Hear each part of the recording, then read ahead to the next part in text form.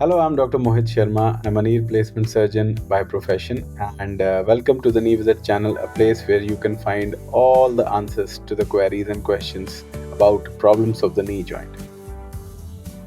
रोज OPD में बहुत patients मेरे पास आते हैं जो कहते हैं कि डॉक्टर मेरे को कोई चोट नहीं लगी है बट फिर भी मेरे घुटने में एक दर्द है, ऐसा क्यों? बहुत ही कॉमन है और आज मैं आपको बताने वाला हूँ कि 3 सबसे इम्पोर्टेंट छुपे हुए रीज़न्स जिसकी वजह से आप बिना चोट के भी अपने घुटने में पेन फ़ील कर सकते हैं। इस वीडियो के एंड तक आपको क्लियरली समझ में आ जाएगा कि पेन का असली रीज़न क्या है और आप अपने घुटनों को 40 की उम्र के बाद भी स्ट्रॉन्ग कैसे रख सकते हैं। सबसे पहला रीज़न, लंबी देर तक गलत तरीके से बैठना।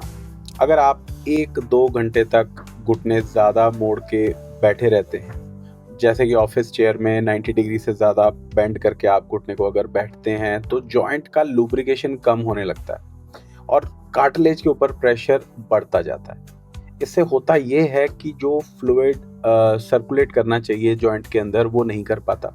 आपके मसल्स टाइट होने लगते हैं, आपकी नी कैप नीचे दबती है, जॉइंट स्टिफ हो जाता है और धीरे धीरे पेन डेवलप होने लग जाता है। अब इसका सोल्यूशन बहुत ही सिंपल है। हर 45 मिनट्स के बाद आप उठकर 20 से 30 सेकंड अपनी लेग्स को स्ट्रेच करेंगे। एक इजी स्ट्रेच मैं आपको बता रहा हूँ।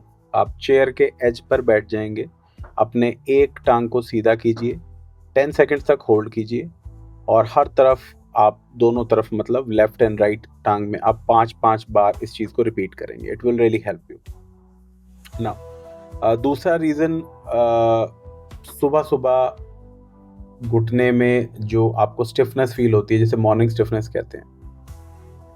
रात भर जब हम सो जाते हैं, जॉइंट का नेचुरल ऑयल जो कि सैनोविल फ्लूइड है वो सेटल होने लगता है।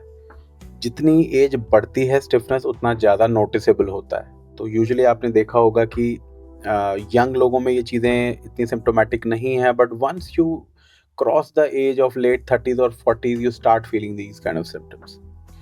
तो लोग कहते हैं डॉक्टर साहब सुबह उठते ही घुटना चलता नहीं है।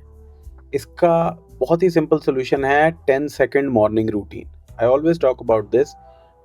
इसके लिए आप अपने पैर को धीरे से फोल्ड करें, हील स्लाइड्स जिनको हम कहते हैं। अपने घुटने को नीचे दबाएं, क्वाड सेट्स, एंड अपने पैर से छोटे छोटे सर्कल्स बनाएं। ये सब एक्सरसाइजेस करके आप अपनी स्टिफनेस को काफ़ी हद तक कंट्रोल कर सकते हैं। Just need 1 to 2 minutes and आपकी स्टिफनेस आधी हो जाएगी। तीसरा बड़ा कंसर्न जो मेरे पेशेंट्स में होता है वो होता है नी की क्रैकिंग साउंड्स। जब भी वो अपना घुटना चलाते हैं, पॉपिंग या क्रैकिंग आवाज़ उनको अपने घुटने से निकल के आती हुई सुनाई देती है और वो उसको लेके परेशान होते हैं। So it's basically a myth and knee crack does not mean that it is arthritis. In fact 80 to 90% cases में ये जो नी की क्रैकिंग साउंड्स हैं ये गैस बबल्स होते हैं जो कि अंदर डेवलप हो जाते हैं जब आप थोड़ी देर तक एक पोजीशन में रहते हैं, एंड जैसे ही आप अपने घुटने की पोजीशन बदलते हैं ये गैस बबल्स पॉप करते हैं और आपको ये आवाज़ आती है। ये बिल्कुल हार्मलेस है एंड बस आपको इसमें ये देखना है कि अगर ये आवाज़ें, ये पॉपिंग साउंड्स जो आप सुन रहे हैं अपने घुटने में फील कर रहे हैं, if they are associated with swelling, अगर आपका घुटना लॉक हो रहा है, आपका घुटना अनस्टेबल फील होता है और आपके घुटने में लगातार दर्द रहता है, then it is a matter of concern. Okay, otherwise इसमें कोई भी फिक्र की बात नहीं है। जस्ट अपनी डेली मूवमेंट करिए, मसल्स को स्ट्रॉन्ग रखिए, that is all which is required. आपका नहीं अपने आप इन चीज़ों से बेटर फील करेगा। तो दोस्तों ये 3 हिडन रीजंस हैं जिनकी वजह से आप बिना चोट के भी अपने घुटने में पेन फील कर सकते हैं। अगर आप छोटी छोटी चीज़ों को ठीक करते हैं, ठीक रखते हैं, आपका घुटना नेचुरली कंट्रोल में ही रहेगा। चैनल को सब्सक्राइब करिए और हर संडे एक पावरफुल हेल्दी वीडियो को देखिए। मैं हूं doctor Mohit Sharma, the knee visit. Stay healthy, stay strong, stay safe. Follow the Knee Visit channel for more such interesting updates.